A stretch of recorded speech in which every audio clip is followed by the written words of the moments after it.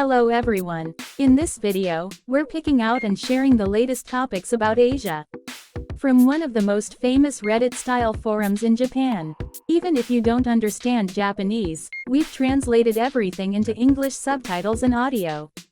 So you can join the conversation as if you were in Japan. So, let's dive into the discussions happening in Japan.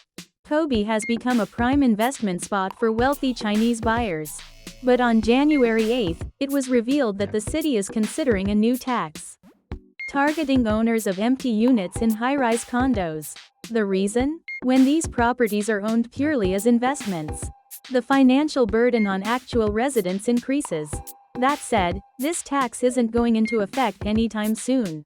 It still needs approval from the city council and sign-off from the Minister of Internal Affairs.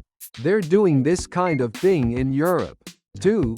Spain is reportedly considering similar measures. People have been pointing this out for ages. This is pure speculation.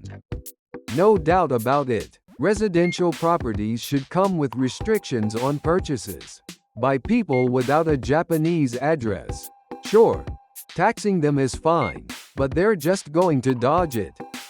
If they run, just seize the property. Easy. Owners who don't live in their properties are nothing new. You think foreign nationals are going to pay taxes? That's why restrictions on property ownership are necessary. For non-residents, they should require 30 years of property tax paid up front. If they tax high rises at 50%, Japan could finally bounce back. Why not tax them at the point of purchase? Foreign buyers are basically exporting property anyway. Even if they live in the condo, if they're not earning income in Japan, you can't collect residential taxes from them. Stronger taxes will just lead to new tricks, like pretending to live there. And eventually, someone will turn it into a business. Claiming it's for renting out would probably work as an excuse. If proof is required, some real estate agencies will step in to help fake it. If they blatantly avoid paying, just seize the property, it's fine. At first, they'll ignore it, but a few publicized seizures will make them comply. They're probably raking it in from short-term rentals too. And not paying taxes on that either. Let's be real, they're in China. They're not paying taxes from there. This issue of residential taxes not being collectible applies to all homes, not just high-rises. Leaving properties empty as a hobby? Only the super rich would do something so ridiculous. Just leave them alone. They're not buying these as safe havens but as simple investments. Japanese people did the same thing back in the day. Why are Japan's laws so lenient with foreigners? Japan is poorer now, tax wherever you can. Honestly, it's shocking they weren't taxing this already. There need to be restrictions on foreign purchases of real estate and land.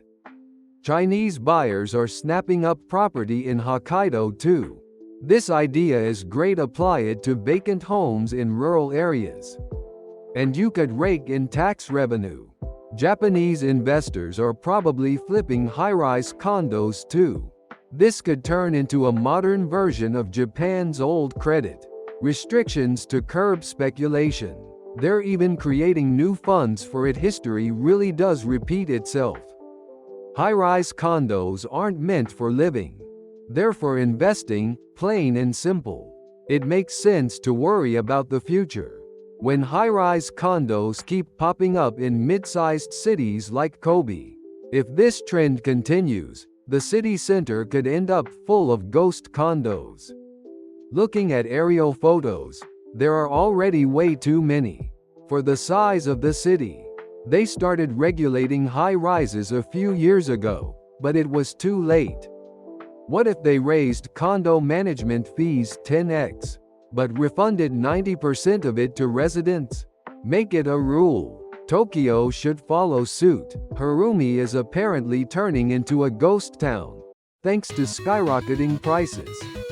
Driven by Chinese investors, The upper floors of high-rise condos are mostly owned by Chinese buyers anyway. If Tokyo implemented this, real estate prices would probably plummet. Chinese buyers are doing this in cities worldwide, driving up land and property prices and hurting local residents. But let's not forget someone in Japan is selling these properties to them. Part of the blame lies with real estate agencies, holding group sales events in places like Shanghai and Hong Kong to market these properties. If high-rise condos can't even collect maintenance funds, their future looks bleak. Are they doomed to become ghost towns? Look, even Japanese people who own vacation homes are wealthy. Jack up the taxes, it's a win-win. This is just another article designed to stir up resentment by throwing in the buzzwords. Chinese buyers and high-rise condos. Did you find this video interesting?